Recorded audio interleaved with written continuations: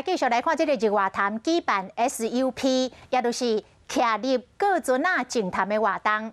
这个教练带游客用徛来过船啊，顺续来捡水面的粪扫、树枝甲树叶啊，嘛互游客更加亲近在地部落的文化。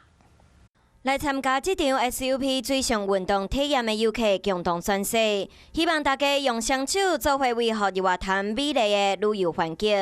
今天的话呢，所有3件目标，第一件呢就是要减少废弃物，第二个捡起废弃物，第3个是使用循环容器。希望大家一起共同响应。有专业教练带大家体验 SUP 水上活动，而且在体验的过程做伙捡粪扫、树枝，大家做伙做环保。 那我们今天来这里做这个净滩的动作的话，是可以把所有的垃圾通通都捡干净最好，所以也请大家好好的爱地球。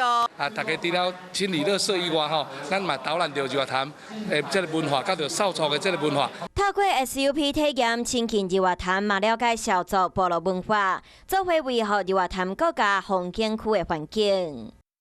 嗨，我是庄宇杰。想要看到更多的新闻内容吗？赶快订阅华视新闻的 YouTube 频道，并且开启小铃铛，跟着宇杰一起看新闻吧。